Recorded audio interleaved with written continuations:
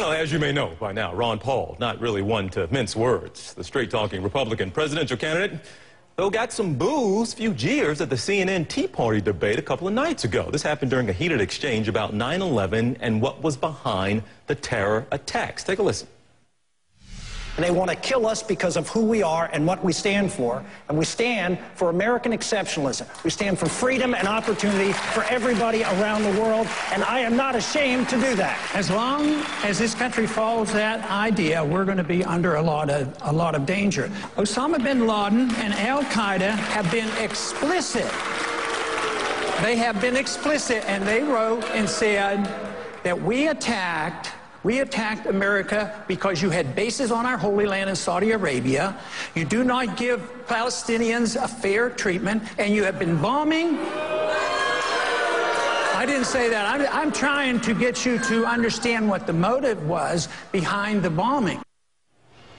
And Congressman Paul joins me now live from the Capitol. Sir, thank you for being here. So let's just start with that. Are people misinterpreting or maybe even oversimplifying what you're saying? Because some people took your response as saying the U.S. brought 9/11 on itself. Is that what you were saying? Obviously not, because I'm an American, you're an American, I don't blame you, but I do blame bad policy, and there's quite a bit of difference.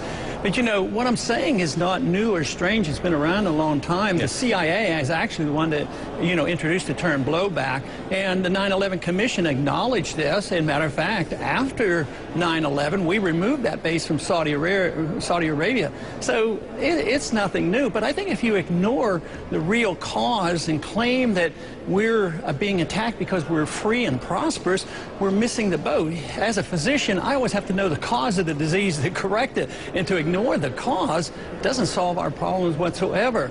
But to turn this around and say that we're exceptional and we have to do this, I think we are exceptional. I just resent and resist the temptation to force our exceptionalism on other people through force. Once you do that, you lose all your credibility as being exceptional. But haven't Al-Qaeda, bin Laden in particular, in a letter he wrote to the United States, he did talk about the Palestinians and how there was a lack of support for them. But he also mentioned America's freedoms and what we're allowed to do. He mentioned, I mean, things like gambling and how women flaunt themselves around. He did mention some of those freedoms and wanted to impose Islam on the rest of the world. So isn't that the freedoms the United States have? Don't you acknowledge that bin Laden himself has also said, this is why we attacked you as well?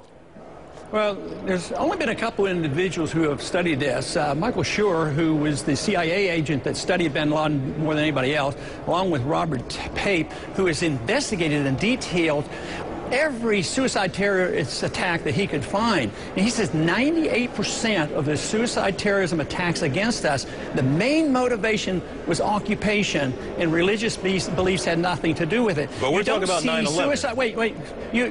But you don't see suicide terrorists coming out of Iran, and they're radical Islamists, but they do not come from Saudi Arabia, but they come from places that feel abused, and they did. I mean, 14 out of the 19 came from Saudi Arabia because of the bases there and our puppet government there. And the CIA was aware of this, know about it, and for us to just say and be in denial and say it has nothing to do with it, and that they come here because why don't they go after the countries that are freer than us? Why don't they go after Switzerland, or why don't they go after Sweden or Ireland or somebody? No, they don't attack those countries because they're free and prosperous. So it makes no sense, because we have to, in order to justify our policy in the Middle East, Islam has to be the enemy, and I think that's wrong. There are radicals in the Islamic community and the Muslim community, but that is not the sole reasons why we have this problem. Well, I'll leave that topic there. I'll turn to another part of the debate from the other night, and another part where it certainly got the crowd riled up. And this is when our Wolf Blitzer was asking you the question about what you would do, the hypothetical about a 30-year-old who chose not to have medical insurance. Let me get your reaction first, sir, to when Wolf Blitzer asked you. He said, would you just let him die? And several people in the crowd, you could hear some clearly yelling out, yeah, and applauding that, yes, we should let him die. What is your reaction to people in the crowd having that attitude? No, I can't.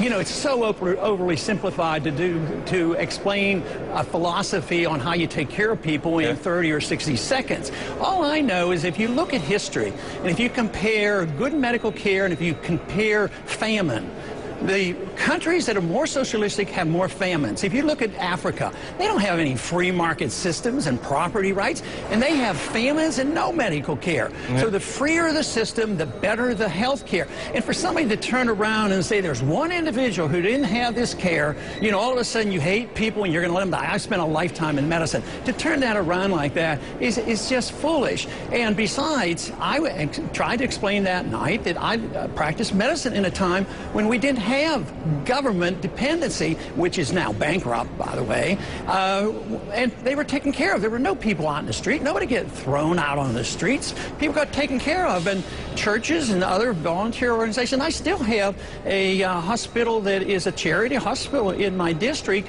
that is a burn hospital, and nobody has to pay if they don't want to or they can't pay.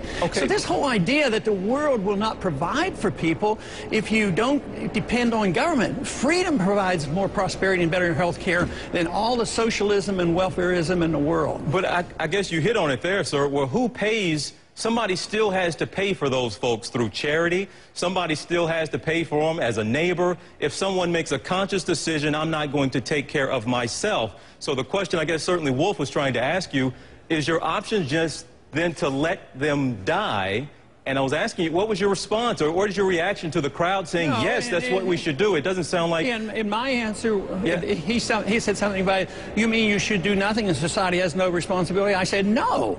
But I understand it differently. I want the maximum medical care and the maximum prosperity for everybody, and it doesn't come from big government welfare bankruptcies that we have now. What good is the government system of Medicare if it goes broke? I mean, our quality of care is down drastically in these last years. All this idea that government is always going to be there to take care of us, this whole idea of turning it around and saying, oh, you people who believe in freedom, you have no compassion.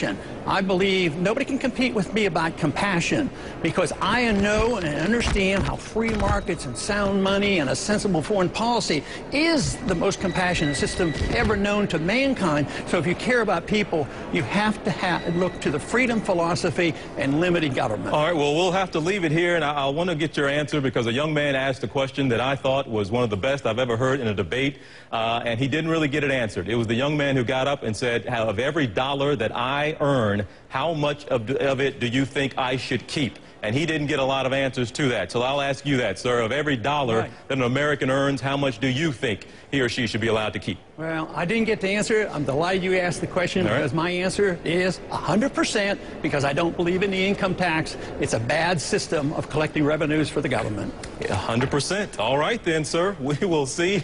I think a lot of people would like that answer, actually, Congressman Paul. We do appreciate we do appreciate you being here, and we'll certainly see you down the road. Thank you. All right, we're about 13 minutes at the top of the hour. Quick break. We're right back.